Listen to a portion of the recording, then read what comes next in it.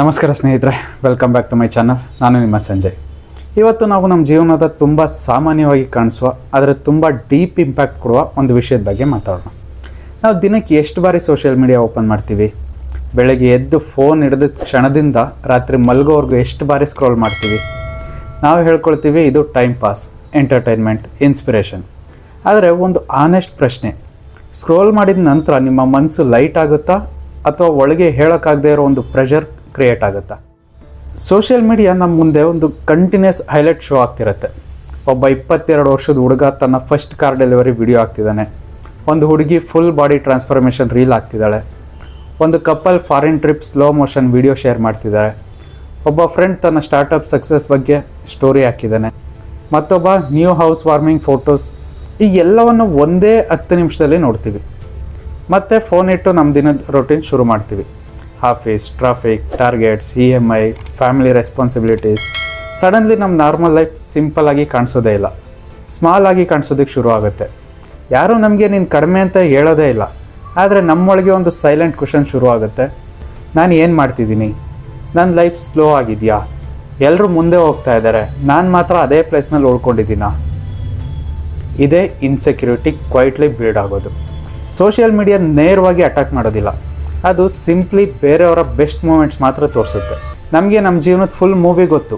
ನಮ್ಮ struggle, confusion, fear, delay, doubt ಎಲ್ಲವೂ ಗೊತ್ತು. ಆದರೆ ಬೇರೆಯವ್ರ ಜೀವನದ 15 ಸೆಕೆಂಡ್ಸ್ ಹೈಲೈಟ್ ಮಾತ್ರ ನೋಡ್ತೀವಿ. ನಮ್ಮ ಲೈಫ್ನ ಫುಲ್ ಮೂವಿನ ಬೇರೆಯವ್ರ ಹೈಲೈಟ್ ಜೊತೆ ಕಂಪೇರ್ ಮಾಡಿದಾಗ ನಮ್ಮ ಮೂವಿ ಬೋರಿಂಗ್ ಅನ್ಸೋದು ನ್ಯಾಚುರಲ್. ಆದರೆ ಅದು ಟ್ರೂತ್ ಅಲ್ಲ, ಅದು ಡಿಸ್ಟಾರ್ಟೆಡ್ ಕಂಪ್ಯಾರಿಸನ್. ಇನ್ಸ್ಪಿರೇಷನ್ ಅಂದರೆ ವಿಡಿಯೋ ನೋಡಿದ ಮೇಲೆ ಆ್ಯಕ್ಷನ್ ತೊಗೊಳ್ಳೋದು. ಆದರೆ ಇನ್ಸೆಕ್ಯೂರಿಟಿ ಅಂದರೆ ವಿಡಿಯೋ ನೋಡಿದ ಮೇಲೆ ಇನ್ನೂ 40 ರೀಲ್ಸ್ ಸ್ಕ್ರೋಲ್ ಮಾಡೋದು. ಇದು ಸಬ್ಟಲ್ ಡಿಫ್ರೆನ್ಸ್. ನಾವು ಮೋಟಿವೇಟ್ ಆಗ್ತಿದ್ದೀವಿ ಅಂತ ಅನಿಸ್ಬೋದು, ಆದರೆ ನಿಜವಾಗಿಯೂ ಮೂವ್ ಆಗ್ತಿದ್ದೀವಾ ಅಥವಾ ಫ್ರೀಸ್ ಆಗಿದ್ದೀವಾ? ಸ್ಕ್ರೋಲ್ ಮಾಡಿದಷ್ಟು ನಾವು ಥಿಂಕ್ ಮಾಡ್ತೀವಿ, ಆದರೆ ಆ್ಯಕ್ಟ್ ಮಾಡಲ್ಲ. ಇದು ಇನ್ಸ್ಪಿರೇಷನ್ ಅಲ್ಲ, ಇದು comparison overload. Social media unrealistic standards create ಮಾಡುತ್ತೆ. Perfect skin, perfect body, perfect relationship, perfect life style. ರಿಯಾಲಿಟಿನಲ್ಲಿ ಪರ್ಫೆಕ್ಟ್ ಅನ್ನೋದೇ ಇಲ್ಲ. ಆದರೆ ನಾವು ದಿನಕ್ಕೆ ಗಂಟೆಗಳ ಕಾಲ ಪರ್ಫೆಕ್ಟ್ ವಿಜುವಲ್ ಕನ್ಸ್ಯೂಮ್ ಮಾಡ್ತಿದ್ದೀವಿ. ಮತ್ತು ನಮ್ಮ ಇಂಪರ್ಫೆಕ್ಟ್ ರಿಯಾಲಿಟಿಗೆ ಬಂದಾಗ ಅದು ಹೆವಿ ಅನ್ಸೋದು ನ್ಯಾಚುರಲ್. ಒಬ್ಬ ಸಿಂಪಲ್ ವ್ಯಕ್ತಿ ಫೋಟೋ ಹಾಕಿದರೆ ಅವನೊಂದು 20 ಲೈಕ್ಸ್ ಬರುತ್ತೆ. ಅದೇ ಒಬ್ಬ ಇನ್ಫ್ಲುಯೆನ್ಸರ್ ಹಾಕಿದರೆ 50,000 ಲೈಕ್ಸ್ ಬರುತ್ತೆ. ನಾವು ಓಪನ್ಲಿ ಜಲಸ್ ಫೀಲ್ ಆಗೋದಿಲ್ಲ, ಆದರೆ ಒಳಗೆ ಸ್ಮಾಲ್ ಡೌಟ್ ಆಲ್ರೆಡಿ ಪ್ಲಾಂಟ್ ಆಗಿರುತ್ತೆ. ನನ್ನ ವ್ಯಾಲ್ಯೂ ಏನು? ನಾನು ಅಟ್ರಾಕ್ಟಿವ್ ಇಲ್ವಾ? ನಾನು ಎನಫ್ ಅಲ್ವಾ? ಇದರಲ್ಲಿ ಮೆನ್ ಕೂಡ ಸೇಫ್ ಇಲ್ಲ.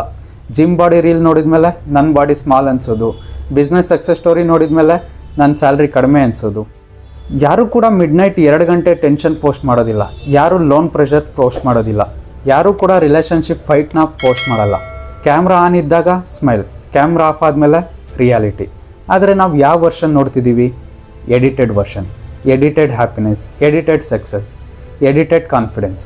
ಮತ್ತು ನಮ್ಮ ರಾ ಲೈಫ್ ಜೊತೆ ಕಂಪೇರ್ ಮಾಡ್ತೀವಿ. ಮೊದಲೆಲ್ಲ ಈ ಕಂಪ್ಯಾರಿಸನ್ ಲೋಕಲ್ ಆಗಿತ್ತು, ನಮ್ಮ ನೈಬರ್ಸ್, ಕ್ಲಾಸ್ಮೇಟ್ಸ್, ಕೊಲೀಗ್ಸ್. ಈಗ ಎಂಟೈರ್ ವರ್ಲ್ಡ್. ದುಬೈನಲ್ಲಿ ಯಾರೋ ಒಬ್ಬ 19 years millionaire, US fitness model, ಬಾಲಿನಲ್ಲಿ travel blogger.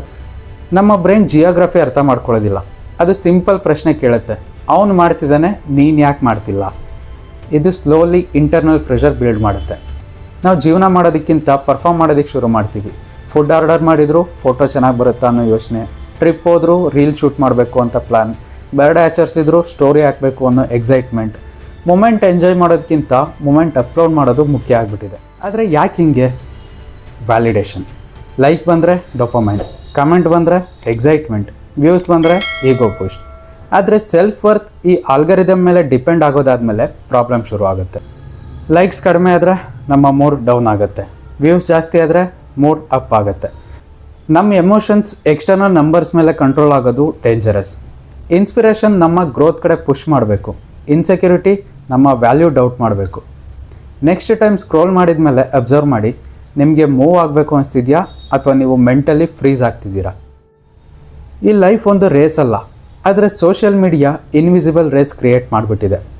Every one running but nobody knows where. Someone buys car, ನಮಗೂ ಬೇಕು ಅನಿಸುತ್ತೆ.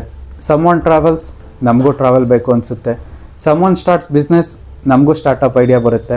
ಆದರೆ ಪ್ರಶ್ನೆ, ನಿಜವಾಗಿಯೂ ಅದು ನಿಮ್ಮ ಡ್ರೀಮಾ ಅಥವಾ ಸಿಂಪ್ಲಿ ಹಿಂದೆ ಬಿದ್ದಿದ್ದೀನಿ ಅನ್ನೋ ಫೀಲಿಂಗ್ ಅವಾಯ್ಡ್ ಮಾಡ್ತಿದ್ದೀರಾ? ಇದು ಎಂಡ್ಲೆಸ್ ಅಪ್ಗ್ರೇಡ್ ಸೈಕಲ್. ಫೋನ್ ತೊಗೊಳ್ತೀವಿ, ನೆಕ್ಸ್ಟ್ ಮಂತ್ ನೀವು ಮಾಡೋದು ಅಚೀವ್ಮೆಂಟ್ ಮಾಡ್ತೀವಿ, ನೆಕ್ಸ್ಟ್ ಡೇ ಬಿಗ್ಗರ್ ಅಚೀವ್ಮೆಂಟ್ ಯಾರಾದರೂ ಮಾಡ್ತಾರೆ, ಸಡನ್ಲಿ ನಮ್ಮದು ಸ್ಮಾಲ್ ಅನಿಸುತ್ತೆ. ಇದಕ್ಕೆಲ್ಲ ಸೊಲ್ಯೂಷನ್ ಸೋಷಿಯಲ್ ಮೀಡಿಯಾ ಡಿಲೀಟ್ ಮಾಡೋದಲ್ಲ, ಅವೇರ್ನೆಸ್. ಸ್ಕ್ರೋಲ್ ಮಾಡುವಾಗ ನೆನ್ಪಿಟ್ಕೊಳ್ಳಿ, ಇದು ಹೈಲೈಟ್, ಫುಲ್ ಸ್ಟೋರಿ ಅಲ್ಲ. ಕನ್ಸ್ಯೂಮ್ ಕಡಿಮೆ ಮಾಡಿ, ಕ್ರಿಯೇಟ್ ಜಾಸ್ತಿ ಮಾಡಿ. ಕಂಪೇರ್ ಕಡಿಮೆ ಮಾಡ್ಕೊಳ್ಳಿ, ಇಂಪ್ರೂವ್ ಜಾಸ್ತಿ ಮಾಡಿ. ನೀವು ವರ್ಲ್ಡ್ ಜೊತೆ ಕಂಪೇರ್ ಮಾಡಬೇಕಾಗಿಲ್ಲ, ನೀವು ನಿಮ್ಮ ನೆನ್ನೆಯ ವರ್ಷನ್ ಜೊತೆ ಕಾಂಪೀಟ್ ಮಾಡಿದರೆ ಸಾಕು.